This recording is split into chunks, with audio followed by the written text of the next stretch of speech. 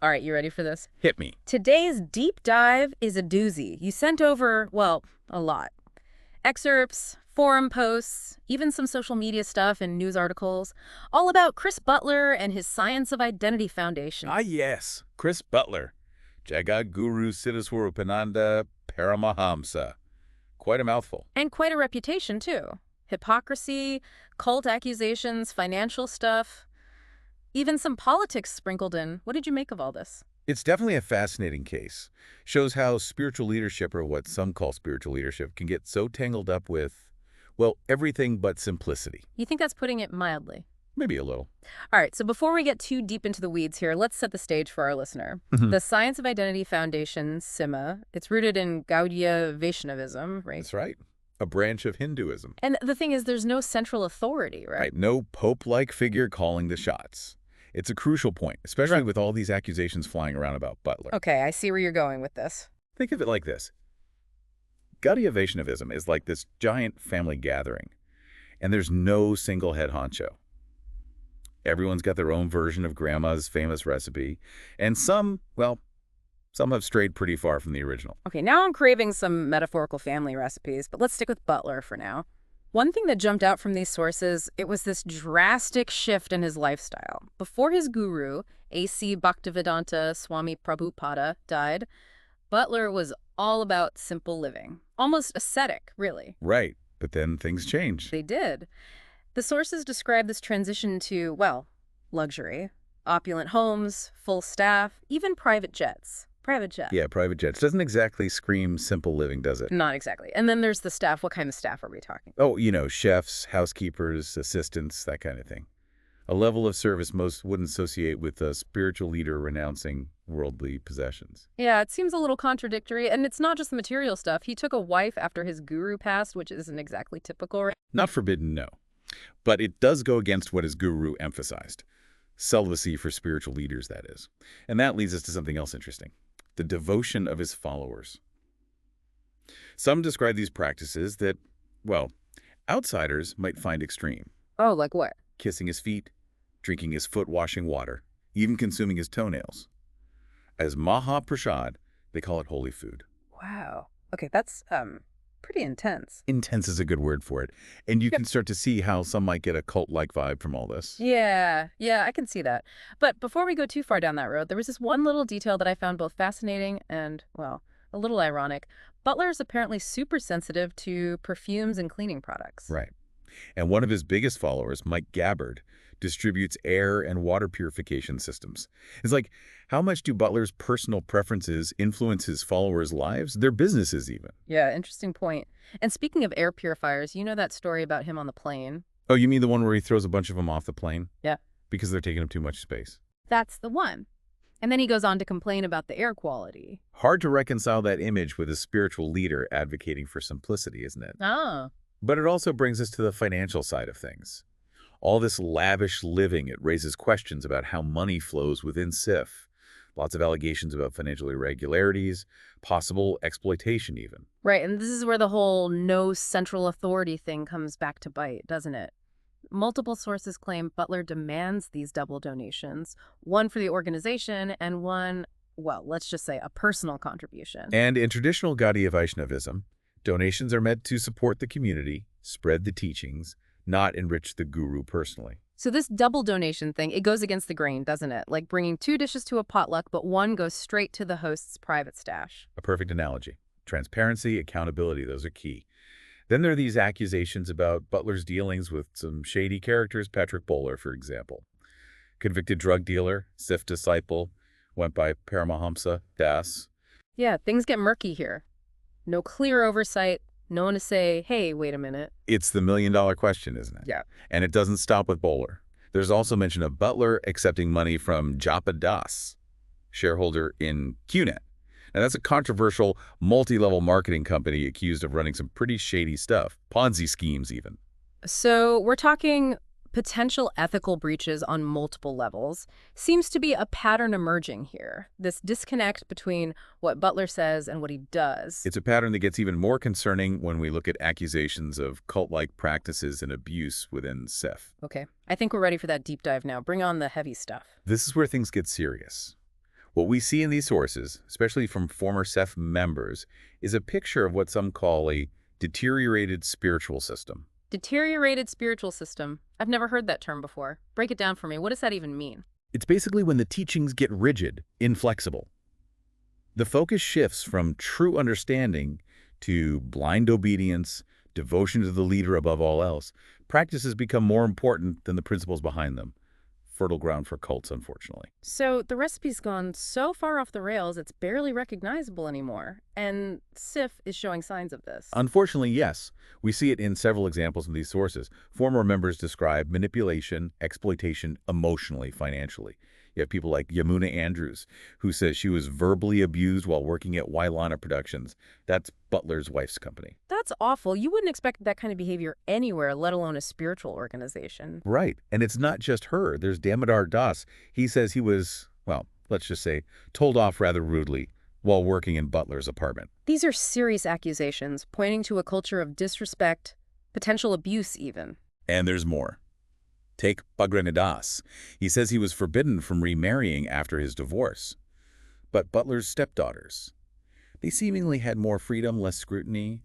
A bit of a double standard, wouldn't you say? It does raise some eyebrows. And on top of these specific incidents, there are claims that Butler uses these classic cult tactics. Love bombing, showering new recruits with attention and affection, and this idea that you have to think yourself lower than the straw on the street to make progress. Tactics that, when used to manipulate, really wear down a person's self-worth. They become easier to control. Like that frog in the pot of water, right? Slowly heating up, doesn't realize the danger until it's too late. A chilling analogy, but sadly accurate in a lot of cult situations. Hmm? And speaking of chilling, there's the story of Balaram Prabhu. His parents were devout Butler followers, but he chose not to accept Butler as his guru. His own family reportedly rejected him. Heartbreaking stuff. Yeah, that's rough. Really shows the pressure people within SIF might feel to conform, even if it costs them their relationships. And to top it all off, there's this story about Butler publicly shaming some event organizer online in front of hundreds of people. Talk about a public dressing down. You start to wonder about his emotional maturity, his capacity for compassion. Okay, so we've got the lavish lifestyle, the financial questions, the cult-like accusations. This is a lot, but there's one more piece to this puzzle. SIF's political involvement, especially in Hawaii. Right, this is where the lines get really blurry between spiritual leadership and worldly influence. And the key figure here, well, you probably know her name, Tulsi Gabbard. Former congresswoman, presidential candidate. Her parents are followers of Butler, right? And several sources say SIF members pumped a lot of money into her campaigns. A lot of them first-time donors, too. That makes you think. Makes you think about the level of influence SIF might have had, right? Yeah. Genuine grassroots support or something more orchestrated. That's the question, isn't it? And this connection between Tulsi and SIF, incredibly controversial. Some people see it as proof positive she's under the group's thumb. Others, like the Hindu American Foundation, they fiercely defend her, say it's just straight-up Hindu phobia to focus on her religion like this. It's important to acknowledge the different perspectives, right? We're not here to pass judgment, but to help you form your own opinion. All right, so let's do a quick recap before we dive into the different narratives around Butler and SIF. Accusations of hypocrisy, financial exploitation, cult-like behavior, all within a spiritual organization with no central authority to keep things in check. That's the gist of it. Complicated situation, no doubt. But even with all these allegations, some members are fiercely loyal to Butler and SIF. They say it's all just disgruntled ex-followers trying to stir up trouble, or bigotry disguised as concern. And SIF itself says they respect free will, that they're just presenting ancient wisdom in a new way. Scientific, philosophical, they say. That's their position, and it's important to hear them out. But it highlights the difficulty of sorting through these conflicting stories. It's like trying to put together a puzzle, but some pieces fit in multiple places and others don't seem to fit at all. Exactly. There are no easy answers here. That's what makes this deep dive so fascinating. Well, I'm ready to dive into those conflicting narratives, but let's give our listener a moment to absorb all of this before we move on. It's a lot to take in. Welcome back. We're tackling some tough questions here. Before we took a breather, we were talking about those completely different perspectives on Chris Butler and SIF. On the one hand, you've got these serious accusations. On the other hand, you have those who completely stand by Butler and SIF. It's hard to wrap your head around, honestly. How can two totally different views exist within the same organization? It's like looking at two completely different pictures. It is a paradox, isn't it? One way to understand it is that some followers might just not know about the accusations. Information control, it happens, especially in tight-knit groups. So it's not them deliberately ignoring things, they just might not know. Could be. Or, even if they do know, they might write it off as just lies. Or misunderstandings from people who don't get Ceph. Two sides to every story and all that. But how do you explain away accusations of harm? Those are pretty serious. Well, that's where critical thinking comes in, right? We Mm. can't just blindly accept any story, whether it's from the accusers or the defenders. We have to look at the evidence, the motivations, be willing to question our own assumptions. I get that. But it's still hard to imagine overlooking something that concerning, especially if it involves people you trust. Imagine this. You've dedicated years of your life to a community. Your emotional well-being, your social life, everything. They give you a sense of belonging, purpose, and then someone tells you this community, this belief system, it's flawed, maybe even harmful. That's a tough pill to swallow. So, cognitive dissonance. You hold on to the belief because admitting it's wrong means your whole world falls apart. Pretty much. It's human nature. It's not about being gullible. It's about protecting your identity, your sense of belonging. And let's be real, there's social pressure too. In a group like Ceph, if everyone's praising Butler and dismissing the allegations, it's hard to speak up or even have doubts. Social conformity is powerful stuff, especially in groups that value loyalty and obedience to a leader. Questioning Butler could mean losing your friends, your support system. People might even accuse you of betrayal. So you push down those doubts even if they're nagging at you because the cost of speaking up is too high. It's a difficult situation. Empathy and understanding are important here. But now, let's look at those who have left Ceph, the ones speaking out against Butler. Their stories are really important. They give us a glimpse into how things work or don't work inside the organization. Those are the voices that often get drowned out, right? The ones who dared to leave and share their experiences. Right. And what they describe is a pattern. Manipulation, exploitation, emotional and financial. A culture of fear. Obedience to Butler was everything. Anyone who disagreed, well, they faced the consequences. That's a far cry from what Sif's supporters describe, a pretty stark contrast. Absolutely. And these former members often talk about being pressured to cut ties with family and friends outside SIF, further isolating them, making them dependent on the group. Classic cult behavior, isn't it? Isolation and control. Textbook, really. And the thing is, a lot of these former members, they were devoted followers at one point. They weren't skeptics from the beginning. Something happened that made them question things, and eventually they left. So a turning point. A realization that things weren't what they seemed. And their stories, they need to be heard, taken seriously. Absolutely. It's tempting to just brush them off, say they're bitter or something, but their experiences are valuable. They show us that even groups that preach love and spirituality can be harmful. So we're left with two very different narratives. The defenders paint Sive as this peaceful, harmonious community. The former members describe something much darker. Where do we go from here? How do we make sense of it all? Well, first, we've got to admit this is complicated. Neither side is just making things up. Both the supporters and the critics have their reasons for believing what they do. It's our job to look at those reasons critically. So it's not about choosing a side. It's about trying to understand both sides. Exactly, and recognizing that the truth might be somewhere in between these two extremes. So Butler could have good qualities and still do harmful things. It's possible people are complex. Even those who do bad things can have good in them. And it's possible Sive offers real benefits to some people while also manipulating and controlling others. It's all very nuanced. We need to be careful about jumping to conclusions. Absolutely. Not every SEF member is a victim, and not every former member is just angry and lashing out. The point is to stay open-minded, look at the evidence, and not make snap judgments. Easier said than done, right? Especially when you're talking about faith and spirituality. It's deeply personal. You're not wrong. But remember, this deep dive, it's not about telling you what to think about Chris Butler and Sive.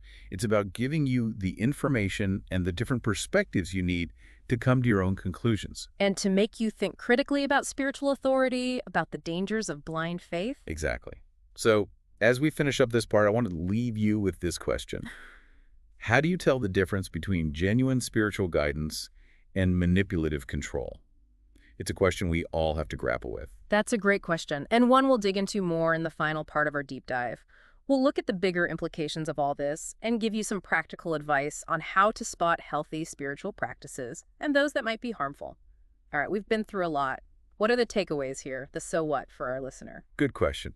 If there's one thing to remember from all this, and it comes up again and again in these sources, it's critical thinking, especially with faith and spirituality. Couldn't agree more. It's easy to get swept away by a charismatic leader, a compelling story, but we can't just turn off our brains no matter how spiritual it seems. Right. And the way SIF is structured, no central authority, all that power in the guru's hands, well, it's a recipe for trouble. Like giving someone the keys to the kingdom, telling them, lead us to enlightenment, but with no map, no compass, and no one to hold them accountable if they go off course. Or worse. Powerful image. Shows the danger of blind faith. In any individual, really, no matter what they call themselves. So what can we do about it? How do we protect ourselves? It's one thing to say, be critical, but how do you actually do that? Especially with something as personal as your beliefs. That's the tough part, right? It's something we all need to be aware of. Here are a few red flags to watch out for. Things that should make you pause, be a little more skeptical. Okay, give me those red flags. One of the biggest ones is too much focus on the leader. Like they're divine, their word is law. If the teachings all revolve around the guru, with no real basis in scriptures or tradition, that's a red flag. Right, like the saying, when the finger points to the moon, the fool looks at the finger. We need to look at the substance, not just the messenger. Exactly. And watch out for groups that discourage you from thinking critically, asking questions. Another red flag is isolation. Trying to control your information, cutting you off from family and friends outside the group, big warning sign. Creating that echo chamber, right, where you only hear one perspective. Exactly. Healthy spiritual communities, they encourage dialogue, debate, critical thinking. They know questioning is part of the process. So freedom of thought, being able to disagree, even leave without being punished for it. Absolutely. And watch out for pressure to donate a lot of money or lack of transparency about where that money goes. True spiritual teachers aren't focused on getting rich. Yeah, if the emphasis is always on giving more, time to step back and think about what's really going on. And maybe the most important red flag, anyone who says they have the only lie truth, the only like way to salvation. We're the only ones who have it right. We've all heard that one before. Right. True spirituality is about seeking, questioning, growing. It's not about blindly following dogma, giving up your own autonomy to one person. It's about empowering yourself, not giving your power away. Exactly. So listener, here's the question for you. How can you be an active participant in your own spiritual journey? How can you make sure you're making wise choices using your own discernment and critical thinking? No easy answers, right? But hopefully, this deep dive has given you some tools, some insights to start asking the right questions. It's okay to question, to have doubts, to seek different viewpoints. It's essential, actually. Trust your gut, be careful in your choices, and don't forget the power of your own inner voice. Well, this has been quite a journey. Chris Butler and the Science of Identity Foundation. Complex, sometimes unsettling, more questions than answers, but that's all right. We didn't set out to give you all the answers. We wanted to help you think for yourself, consider the evidence, and come to your own conclusions. So keep questioning, keep searching, keep those critical thinking skills sharp, and as always, thanks for joining us on the deep dive.